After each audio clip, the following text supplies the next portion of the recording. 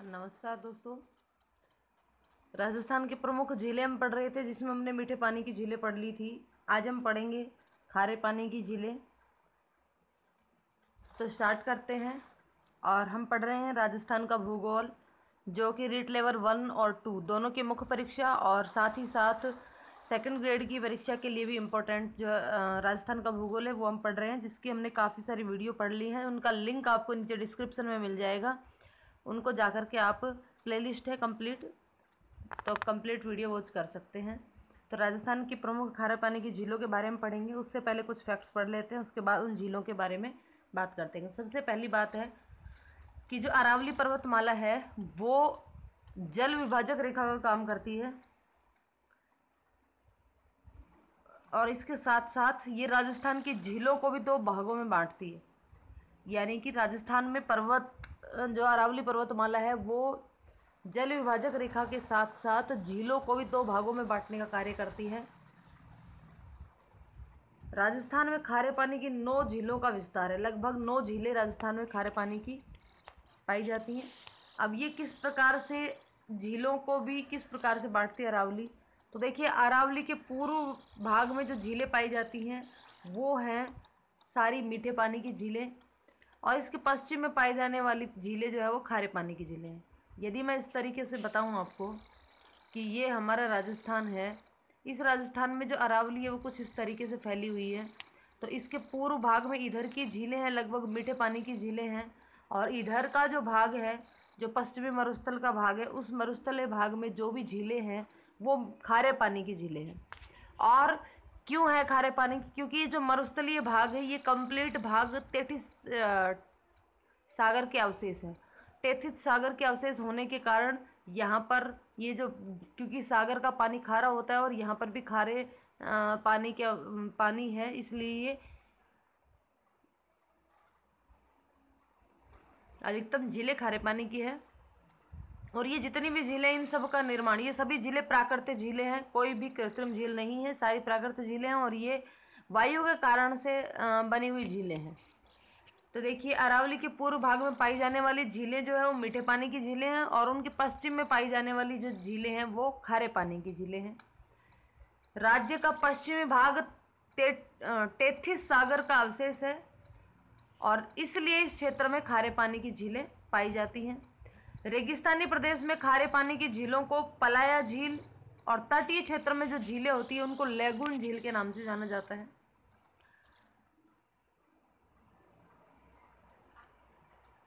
यानी रेगिस्तान के प्रदेश में जो झीलें होती हैं उनको पलाया झील, और तटीय प्रदेशों में जो तटीय क्षेत्रों में जो झीलें होती हैं उनको लेगून झील कहते हैं। दक्षिण पश्चिमी मानसून की अरब सागरीय शाखा राज्य में जो प्रवेश करती है तो उसके अंदर नमक के काफ़ी कण होते हैं, लवण के भारी कण लेकर के वो हवा आती है, और जब वो पश्चिम भाग में जाती है तो उस केस में जब उस हवा की गति जब कम हो जाती है तो वो जो कण हैं वो वहीं पर मिट्टी के साथ गिर जाते हैं और उस मिट्टी में खारापन पैदा करते हैं। यानी कि यूँ कह सकते हैं कि ये खारापन जो पाया जाता है झीलों में, नमक जो पाया जाता है वो किस वजह से होता है कि ग्रीष्मकालीन में जो मानसूनी हवाएं चलती हैं, जो कच्छ की खाड़ी से आती हैं, वो हवाएं अपने साथ NaCl यानी सोडियम क्लोराइड के कण लेके आती हैं, नमक के कण लेके आती हैं, लवण के कण लेके आती हैं, और ये राजस्थान की ओर आती हैं। जब इनकी गति में कमी होती है, स्थिरता होती है, तो इस वजह से कण ये आगे नहीं ले जा पाती और उसी भाग में वो कण गिर जाते हैं, पश्चिम भाग में गिर जाते हैं, जिससे वहाँ की मिट्टी और पानी दोनों ही क्या हो जाते हैं, खारे हो जाते हैं। राजस्थान की समस्त खारे पानी की झीलें वायु से निर्मित होती हैं, वायु द्वारा बनी हुई होती हैं। राजस्थान में सबसे ज़्यादा नमक नावा झील का, सबसे अच्छा नमक नावा झील में मिलता है, और नावा झील नावा गांव नागौर जिले में स्थित है। एक इम्पोर्टेंट चीज़ ये यहाँ पे कि दक्षिणी एशिया में सबसे पहली बार विश्व झील सम्मेलन का आयोजन 28 अक्टूबर से 2 नवंबर 2007 तक भारत में आयोजित किया गया था, जयपुर में, दक्षिण एशिया में। पहली बार विश्व झील सम्मेलन का आयोजन हुआ था 28 अक्टूबर से 2 नवंबर 2007 में भारत में जयपुर में। अब हम पढ़ेंगे खारे पानी की झीलों में सबसे पहले सांभर झील, सांभर लेक। ये जो झील है ये प्राकृतिक व सबसे बड़ी खारे पानी की झील है। भारत की सबसे बड़ी खारे पानी की झील कौन सी है? सांभर झील। और ये जो सांभर झील है ये जयपुर फुलेरा रेल मार्ग पर जयपुर से 65 किलोमीटर की दूर फुलेरा तहसील में स्थित है। जयपुर फुलेरा रेल मार्ग पर जयपुर से 65 किलोमीटर दूर कौन सी तहसील में? फुलेरा तहसील में स्थित है। इस झील का विस्तार जो है वो राज्य के 3 जिलों में होता है, जयपुर, अजमेर व नागौर। सबसे ज़्यादा विस्तार जो है वो जयपुर में ही है। इस झील की लंबाई 32 किलोमीटर, चौड़ाई 3 किलोमीटर से 12 किलोमीटर के बीच। और इस झील पर भारत सरकार की साल्ट लिमिटेड कंपनी द्वारा नमक उत्पादन का कार्य किया जाता है। यानी कि सांभर झील में नमक उत्पादन का कार्य कौन करती है? तो भारत सरकार की साल्ट लिमिटेड कंपनी। इस झील में प्रति 4 मीटर की गहराई पर 350 लाख टन नमक उत्पादित होता है। और भारत में जो कुल नमक का उत्पादन है उसका 8.7% जो नमक है वो अकेली सांभर झील करती है। यदि मैं बात करूं सांभर झील के अक्षांशीय देशांतरीय स्थिति की, तो ये 27 डिग्री उत्तरी अक्षांश से 29 डिग्री उत्तरी अक्षांश के बीच और 74 डिग्री पूर्वी देशांतर से 75 डिग्री पूर्वी देशांतर के बीच इसकी स्थिति है। यानी कि अक्षांशीय स्थिति 27 से 29 उत्तरी अक्षांश और 74 से 75 पूर्वी देशांतर के मध्य ये स्थित है। इस झील का जो आकार है वो आयताकार है। इस झील के उत्तर की ओर मेंथा नदी, दक्षिण की ओर रूपनगढ़ और खारी व खंडेला नदियाँ भी इसके अंदर आकर के मिलती हैं। तो जब हम नदियाँ पढ़ रहे थे तब मैंने बताया था कि 4 नदियाँ ऐसी हैं अंतः प्रवाह की जो कि सांभर झील में जाके गिरती है। अंतः प्रवाह वाली नदियाँ जब पढ़ रहे थे तो 4 नदियों हमने पढ़ी थी कि जो कि सांभर झील में जाकर के मिलती हैं। वो कौन कौन सी थी? तो मैंने बताया था खारी, खंडेला, रूपनगढ़, मेंथा। तो खारी, खंडेला और रूपनगढ़ ये तो दक्षिण की ओर से इसमें गिरती हैं, जबकि मेंथा नदी जो है वो उत्तर की ओर से इस झील के अंदर मिलती है। तो खारी, खंडेला, रूपनगढ़, मेंथा। ऐसा माना जाता है कि इस झील का निर्माण बिजोलिया शिलालेख के अनुसार चौहान वंश के संस्थापक वासुदेव चौहान द्वारा करवाया गया था, ऐसा माना जाता है। पर्यटन के क्षेत्र में इस झील को रामसर साइट के नाम से जाना जाता है। यानी कि इस पर्यटन क्षेत्र की दृष्टि से इसको रामसर साइट के अंदर इसको शामिल कर लिया गया है। और इस झील के इकोसिस्टम को, साथ ही साथ इस झील के इकोसिस्टम को वर्ल्ड हेरिटेज साइट के रूप में भी मान्यता दी गई है। ध्यान रखना, इस झील के इकोसिस्टम को भी वर्ल्ड हेरिटेज साइट के रूप में मान्यता दी गई है। इस झील पर 1870 में अंग्रेजों द्वारा स्थापित सांभर साल्ट म्यूजियम भी स्थित है। यानी कि इस झील पर ही सांभर साल्ट म्यूजियम अंग्रेजों द्वारा स्थापित किया गया था। और इस झील पर नागौर जिले का प्रशासनिक अधिकार है।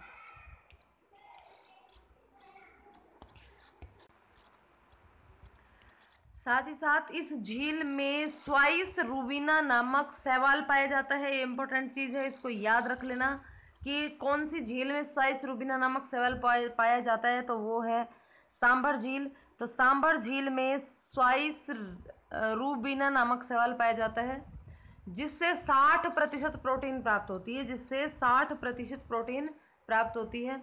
सांभर झील जो है इसके आसपास क्या क्या चीज़ स्थित है?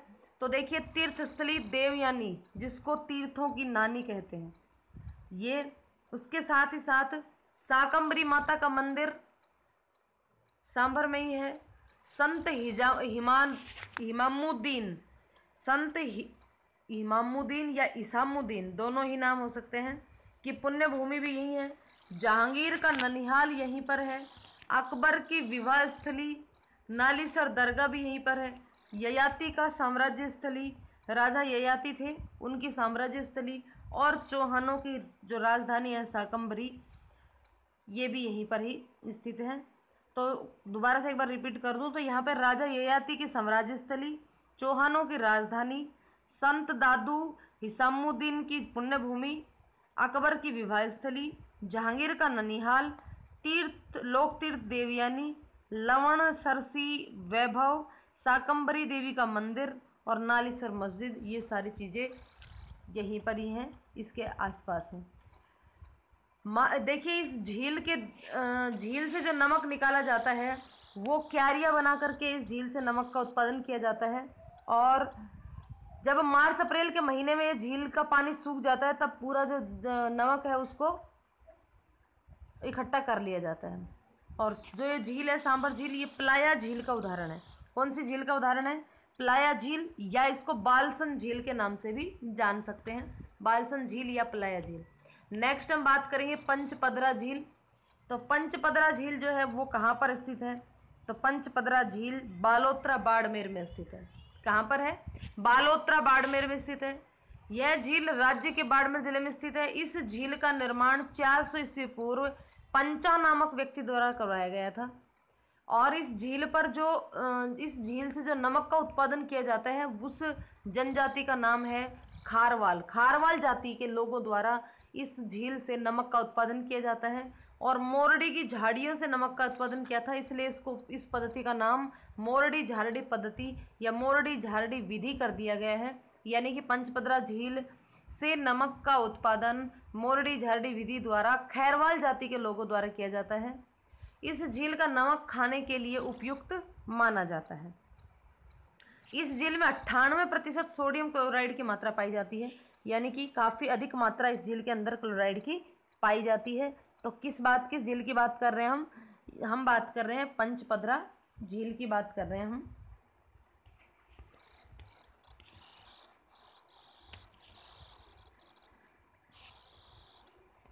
नमक के स्फटिक बनाए जाते हैं, डलियां बनाई जाती हैं पंचपदरा झील में। अब नेक्स्ट बात करेंगे हम डीडवाना झील की। तो डीडवाना झील जो है वो नागौर में स्थित है। इस झील का नमक खाने के लिए योग्य नहीं है, यानी कि खाने के लिए इसका यूज नहीं किया जाता। और राजस्थान सरकार द्वारा राज्य स्टेट केमिकल वर्क्स नामक 2 नमक उद्योग स्थापित यहाँ पे किए गए हैं। यानी कि यहाँ पे Rajasthan state chemical works limited के नाम से 2 कारखाने बनाए गए हैं, जिसमें नमक के साथ साथ सोडियम सल्फेट और सोडियम सल्फाइड का उत्पादन किया जाता है। किस किस का उत्पादन किया जाता है इन कारखानों में? सोडियम सल्फेट और सोडियम सल्फाइड का, जो कि कृत्रिम कागज के उत्पादन के काम आते हैं। इनका उपयोग कागज बनाने में भी किया जाता है, रंगाई छपाई उद्योग में भी किया जाता है और चमड़ा साफ करने के लिए भी सोडियम सल्फेट और सोडियम सल्फाइड का उपयोग किया जाता है। इसके अलावा कुछ अन्य झीलों की बात करें तो राजस्थान में और जो झीलें हैं खारे पानी की, उनमें है रेवासा झील, जो कि कहाँ पर स्थित है? सीकर में स्थित है। इसके अलावा कावोद झील, तो कावोद झील कहाँ स्थित है? कावोद झील है जैसलमेर में। इसके अलावा ताल छापर झील चूरू में, डेगाना झील नागौर, फलोदी जोधपुर, लुणकरणसर बीकानेर। जो ये लुणकरणसर बीकानेर झील है इसके अंदर नमक का उत्पादन बहुत कम होता है, लेकिन वहाँ के स्थानीय लोगों के लिए ये इसमें नमक का उत्पादन जो पर्याप्त होता है। साथ ही साथ एक चीज़ और बता दूं कि पंचपदरा झील जो है उसमें नमक का उत्पादन कुएं बना करके किया जाता है। किस प्रकार से? कुएं वगैरह बना करके इस नमक का उत्पादन किया जाता है। मोरडी झारडी, या यूँ कहें कि मोरली कोई छोटी झाड़ियाँ होती थी, उसकी झाड़ियों का उपयोग करके सबसे पहले इसमें नमक बनाया गया था खैरवाल जाति के लोगों द्वारा। इसलिए इस पद्धति को मोरडी झारडी के नाम से भी जाना जाता है। अब ये तो थी खारे पानी की कुछ झीलें। इसके अलावा एक चीज़ और यहाँ पे है कि जो ये कावोद झील है जैसलमेर, इस कावोद झील में सर्वश्रेष्ठ आयोडीन युक्त नमक निकलता है। यानी कि कोई यहाँ पे प्रश्न पूछा जाए कि भाई आयोडीन युक्त नमक कौन सी झील से मिलता है, तो कावोद झील जैसलमेर से आयोडीन युक्त नमक निकलता है। सर्वाधिक खारे पानी की झीलें कौन से जिले में स्थित है? तो सर्वाधिक खारे पानी की झीलें नागौर में स्थित है। ठीक है, चलिए। इसके अलावा अब हम बात करते हैं, कुछ चीज़ें और बच गई हैं जिनको हम यहाँ पे पढ़ लेते हैं कि नदियों के पर बसे प्रमुख नगर। बहुत सारे नगर हैं जो नदियों के किनारे पर बसे हुए हैं, तो एक बार उनको यहाँ पे देख लेते हैं। इसके अलावा काफ़ी कुछ चीज़ें बच जाती है, कुछ इंपॉर्टेंट फैक्ट्स बच जाते हैं, कुछ बांध बच जाते हैं कौन कौन सी नदियों पर। तो एक नेक्स्ट जो वीडियो आएगी वो आपकी इन्हीं से संबंधित आएगी, कुछ बांधों की, कुछ जिले, जो कुछ भी बच गया है या फिर कुछ इंपॉर्टेंट फैक्ट्स जो सारे इकट्ठे करके मैं एक साथ इसी के आगे PDF यदि आपको चाहिए तो आप कमेंट कर सकते हैं, इसी के आगे उन सबको मैं ऐड कर दूंगी। तो नदियों पर बसे प्रमुख शहरों की बात करें तो इधर नगर लिखे हुए हैं, इधर नदियाँ लिखी हुई हैं। तो टोंक जो है वो बनास नदी पर बसा हुआ है, कोटा चंबल नदी के किनारे बसा हुआ है, सुमेरपुर पाली जो है वो जवाही नदी के किनारे है, चित्तौड़गढ़ जो है वो बेड़च नदी के किनारे है, आसींद भीलवाड़ा में जो आसींद है वो खारी नदी के किनारे है, झालावाड़ कालीसिंध नदी के किनारे है, गुजरात जो है वो पश्चिम बनास नदी के किनारे है, बालोतरा बाड़मेर लूणी नदी के किनारे है। गुजरात का जो गांधीनगर और अहमदाबाद है, ये दोनों ही नगर साबरमती नदी के किनारे बसे हुए हैं। चंद्रावती शहर जो है सिरोही का, वो पश्चिम बनास के किनारे है। कैला देवी कालीसील नदी के किनारे है। बिलाड़ा जोधपुर जो है वो लूणी नदी के किनारे है। बालोतरा बाड़मेर भी लूणी नदी के किनारे है। देव सोमनाथ सोम नदी के किनारे है। गलियाकोट डूंगरपुर जो है वो माही नदी के किनारे स्थित है। आसींद भीलवाड़ा खारी नदी के किनारे, 2 बार आ गया, शायद पहले भी आ चुका है। आसींद भीलवाड़ा खारी नदी के किनारे।